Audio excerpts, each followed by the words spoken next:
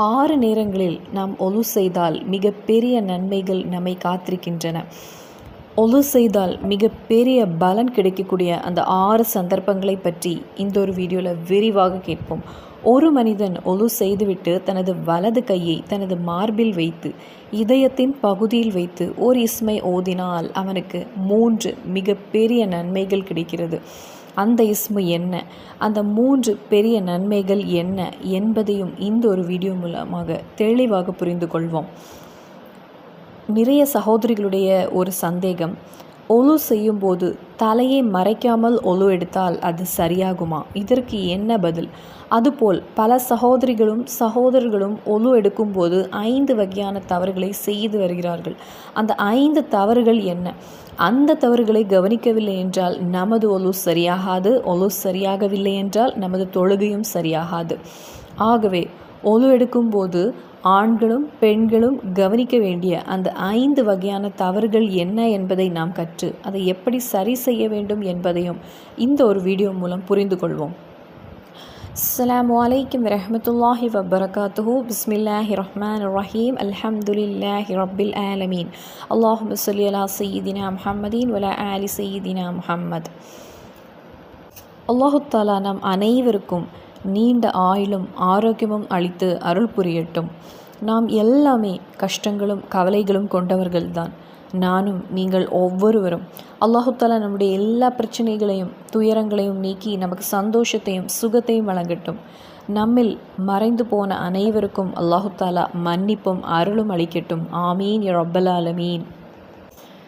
இன்று நான் முக்கியமாக பேச போகிற விஷயம் என்னென்னா, ஒரு மனிதன் தனது வாழ்க்கையில் 6 நேரங்களில் ஒலு செய்தால் அல்லாஹு தஆலா அவனுக்கு மிகப்பெரிய நன்மைகளை வழங்குவான்.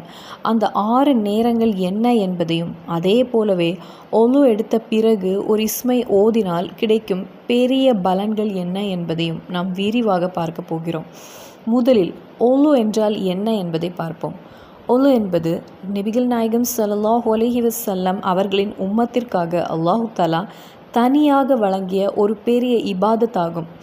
இதனை செய்தால் கிடைக்கும் நன்மைகள் பற்றி பல ஹதீஸுகள் உள்ளன. ஒலுவை தொடர்ந்து செய்து வரக்கூடியவங்களுக்கு உடல், மனம், பொருள், ஆன்மீகம் என எல்லா வகையிலும் உயர்ச்சி கிடைக்கும். நாம் அனைவருமே தினமும் ஒலு எடுக்கிறோம், அப்படிதானே? தொழுகைக்காக கண்டிப்பாக ஒலு எடுக்கிறோம். ஒரு மனிதன் தொடர்ந்து ஒலு செய்து வந்தால் மறுமையில் அவனுடைய முகமும் கைகளும் தலையும் கால்களும் ஒளியாகும், பிரகாசிக்கும் என நபிகள் நாயகம் ஸல்லல்லாஹு அலைஹி வஸல்லம் அவங்க கூறியிருக்காங்க. அல்லாஹு தஆலா அவர்களை எளிதாக அடையாளம் காண்பான். நபிகள் நாயகம் ஸல்லல்லாஹு அலைஹி வஸல்லம் அவங்க கூறுகிறாங்க, நான் அவர்களை அடையாளம் கண்டு என்னிடம் அழைத்து அவர்களுக்கு ஷஃபாத்து செய்வேன் என்று. அதனாலேயே ஒலு என்பது மிக பெரிய நன்மை கொண்ட ஒரு இபாதத்தாகும். அந்த 6 நேரங்களில் ஒலு எடுத்தால் மிக பெரிய நன்மை கிடைக்கும். முதலாவது நிக்காஹ், திருமணம் முன் ஒலு எடுப்பது. இது பலர் கவனிக்காத ஒன்று. திருமணத்திற்கு முன் ஒலு எடுப்பது சுன்னத்து மற்றும் மிக பெரிய நன்மை கொண்டது. ஆனால் இது பலர் கவனிக்காத ஒரு விஷயம், அதே நேரத்தில் மிக பெரிய நன்மை கொண்டதாகும். இரண்டாவது, தூங்குவதற்கு முன் ஒருவர் ஒலு செய்து கொண்டு தூங்கினால் அவர் தூங்கிக் கொண்டிருக்கும் முழு நேரமும் மலக்குகள் அவர்களுக்காக, அந்த அடியானுக்காக துஆ செய்து கொண்டே இருப்பார்களாம்.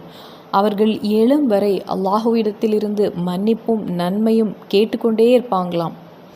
மூன்றாவது, பயணம் செல்வதற்கு முன் ஒருவர் எங்காவது செல்ல போகிறார் என்றால் அது சிறிய பயணமாகட்டும் பெரிய பயணமாகட்டும், வீட்டை விட்டு கிளம்புவதற்கு முன் ஒலு எடுத்து செல்வது ஒரு நல்ல சுன்னத்தாகும். இது பயணத்தில் பாதுகாப்பையும் நன்மையையும் தரும்.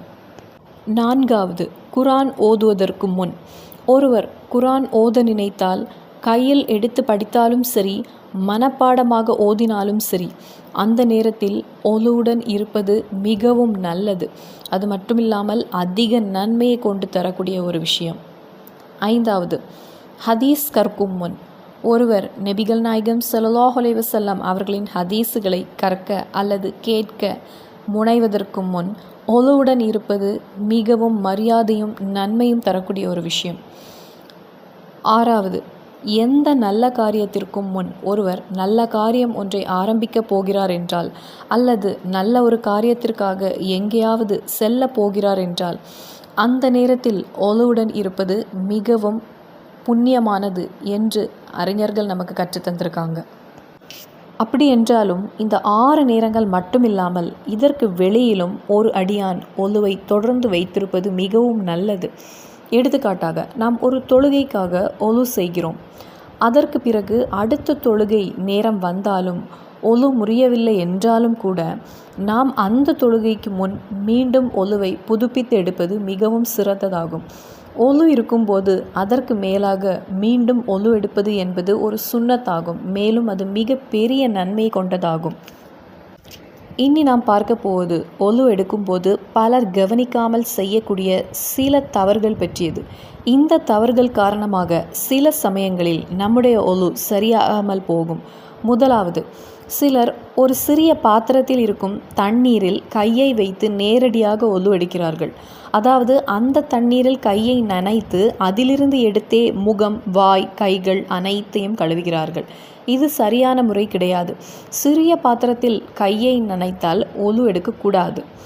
அதை பயன்படுத்த வேண்டுமென்றால் ஒரு கப் எடுத்து அந்த தண்ணீரை அந்த கப்பில் எடுத்து அதை ஊற்றி பயன்படுத்தலாம். அல்லது யாராவது ஊற்றி கொடுத்தாலும் சரி, அல்லது டேப் மூலம் எடுத்தாலும் சரி, அதாவது பைப்பு மூலம் எடுத்தாலும் சரி. இரண்டாவது, ஒரு மனிதன் ஒலு எடுக்கும் போது செய்யும் பெரிய தவறு என்னவென்றால் 3 தடவை விட அதிகமாக கழுவுவது. கவனமாக கேளுங்கள், இது பலரும் செய்யக்கூடிய ஒரு பொதுவான தவறு. ஒலு செய்யும்போது ஒரு உறுப்பை கழுவும் போது 1 தடவை கழுவுவது ஃபர்ல், கட்டாயம். 2 தடவை கழுவுவது சரி. 3 தடவை கழுவுவது சுன்னத்தாகும். ஆனால் 4, 5 என அதிகப்படுத்தி கழுவுவது தவறு. சில பண்டிதர்கள் இதை ஹராமுக்கு நெருக்கமாக கராஹத் என்று கூறியுள்ளனர். அதனால் ஒலு எடுக்கும்போது 3 தடவைக்கு அதிகமாக கடக்காமல் கவனமாக இருக்க வேண்டும். இனி மற்றொரு முக்கியமான ஒரு விஷயம், ஒலு எடுத்த பிறகு கால்களை கழுவும் போது பலர் கவனிக்காமல் விடும் ஒரு பெரிய தவறு உள்ளது. அதாவது காலின் பின்புறம் நன்றாக நனைக்காமல் விடுவது. சிலர் பைப்பை திறந்து வைத்து காலின் முன்புறம் விரல்கள் மட்டும் கழுவி விடுகிறார்கள். ஆனால் காலின் பின்புறம் பின்னாடி நனைவது கிடையாது. இது சரியான ஒலு ஆகாது. காலின் முன்புறமும் சரி பின்புறமும் சரி முழுமையாக நன்றாக கழுவ வேண்டும். மேலும் கால்களை தேய்த்து கழுவுவது சுன்னத்தாகும். அதோடு சிலர் காலில் சாக்ஸ் அணிந்தபடியே அதன் மேல் தண்ணீர் ஊற்றி அல்லது தடவி ஒலு செய்ய முயற்சிக்கிறார்கள். இது சரியான முறை கிடையாது. சாக்ஸ் அணிந்திருந்தால் அதை அகற்றி கால்களை நேரடியாக கழுவ வேண்டும். இனி மற்றொரு முக்கியமான விஷயம், கைகள் மற்றும் கால்களின் நகங்களுக்குள் தண்ணீர் செல்ல வேண்டும். நகங்களுக்குள் தண்ணீர் செல்லாமல் இருந்தால் ஒலு சரியாகாது. சிலர் நகங்களை நீளமாக வளர்த்துவிட்டு அதன் உள்ளே அழுக்கிருப்பதால் தண்ணீர் உள்ளே செல்லாமல் அப்படி போய்விடும். அப்படி இருந்தால் நமது ஒலு முழுமையடையாது. மேலும் சிலர் நெயில் பாலிஷ் பயன்படுத்துகிறார்கள். அது நகத்தின் மேல் படலாம். இதனால் தண்ணீர் நகத்தை தொடாது. அப்படியானாலும் ஒலு சரியாகாது. அதனால் நகங்களில் தண்ணீர் செல்லும் வகையில் கவனமாக இருக்க வேண்டும். அதே போலவே கால்களின் விரல்களுக்கு இடையில் தண்ணீர் செல்ல வேண்டும் என்பது மிகவும் முக்கியமானது. சிலர் வெறும் தண்ணீர் ஊற்றி விடுகிறார்கள். ஆனால் விரல்களுக்கு இடையில் நன்றாக தண்ணீர் செல்லாது. அதுவும் சரி கிடையாது. கால்களின் விரல்களை கையால் இடை செலுத்தி ஒவ்வொரு இடத்திலும் தண்ணீர் செல்லும்படி கழுவ வேண்டும். அதே போலவே கைகளை கழுவும் போதும் முழங்கை வரை நன்றாக கழுவ வேண்டும். சிலர் கையின் ஒரு பகுதியை மட்டும் கழுவி விடுகிறார்கள். அது சரியான ஒலு ஆகாது. முழங்கை உட்பட முழுவதுமாக தண்ணீர் சென்றிருக்க வேண்டும். முகத்தை கழுவும் போது கூட சிலர் முழுமையாக கழுவாமல் விடுகிறார்கள். முகத்தின் எல்லை என்னவென்றால் நெற்றியில் முடி முளைக்கும் இடத்திலிருந்து தாடை வரை, ஒரு காதிலிருந்து மற்ற காது வரை முழுவதும் தண்ணீர் சென்றிருக்க வேண்டும்.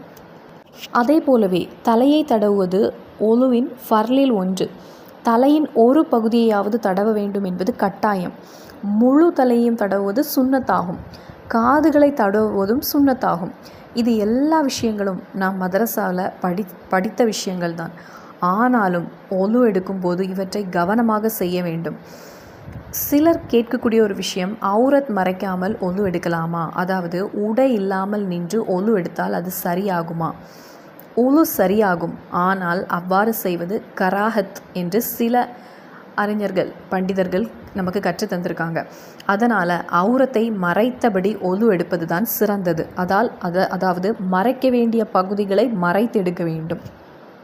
அதே போலவே சில சகோதரிகளுக்கு இருக்கக்கூடிய ஒரு சந்தேகம், தலை மறைக்காமல் ஒழு எடுத்தால் சரியாகுமா என்று. அப்படியே ஒழு எடுத்தாலும் ஒழு சரியாகும், அதில் எந்த தவறும் இல்லை. ஆனால் தலை மறைத்தபடி ஒழு எடுப்பது சிறந்ததாகும். ஆகவே அவுரத்தை மறைத்து மரியாதையுடன் ஒழு எடுப்பது நல்லது என்பதை மறக்காமல் இருக்க வேண்டும். இப்போது வரை நாம் 2 முக்கியமான விஷயங்களை பார்த்தோம். 1, ஒழு எடுக்கும்போது கவனிக்க வேண்டிய தவறுகள். 2வது, ஒழு எடுத்தால் நன்மை கிடைக்கக்கூடிய அந்த 6 நேரங்கள். இப்போது நாம் பார்க்க போவது, ஒரு அடியான் ஒழு எடுத்த பிறகு ஒரு இஸ்மை ஓதினால் கிடைக்கக்கூடிய பெரிய நன்மைகளை பற்றி. ஒரு மனிதன் ஒழு செய்த பிறகு அல்லாஹுவின் ஒரு இஸ்மை தொடர்ந்து மறக்காமல் சொல்லி கொண்டிருந்தால் அவனுக்கு 3 பெரிய நன்மைகள் கிடைக்கிறது. அவனுடைய செல்வம் அதிகரிக்கும், அவனுடைய பிள்ளைகள் நல்லவர்களாக சாலிகீனாக மாறுவார்கள், அவன் வாழ்க்கையின் இறுதி நல்லதாக இருக்கும், மேலும் கெட்ட மரணத்திலிருந்து அவனுக்கு பாதுகாப்பு கிடைக்கிறது. இதுவே ஒரு மனிதனின் இந்த உலக வாழ்க்கைக்கும் மறுமை வாழ்க்கைக்கும் வெற்றி அளிக்கக்கூடிய மிகப்பெரிய நன்மைகளாகும். ஒழு எடுத்த பிறகு நாம் பொதுவாக சொல்லக்கூடிய ஒரு துவா இருக்கிறது. அஷ்ஹது அன் லா இலாஹ இல்லல்லாஹு வஹ்தஹு லா ஷரீக லஹு வ அஷ்ஹது அன்ன முஹம்மதன் அப்துஹு வ ரசூலுஹு. அதற்கு பிறகு ஆயத்துல் குர்சி ஓதுவது சுன்னத்தாகும். நாம் ஒரு தொழுகைக்காக ஒழு எடுத்திருக்கிறோம். அந்த ஒழுவிற்கு பிறகு ஆயத்துல் குர்சி ஓதினால் அடுத்த முறையாக ஒழு எடுக்கும் வரை அந்த இடைப்பட்ட நேரத்தில் செய்த பாவங்களை அல்லாஹு தாலா மன்னித்து விடுவான் என்று ஹதீஸ் நமக்கு கற்றுத்தருகிறது.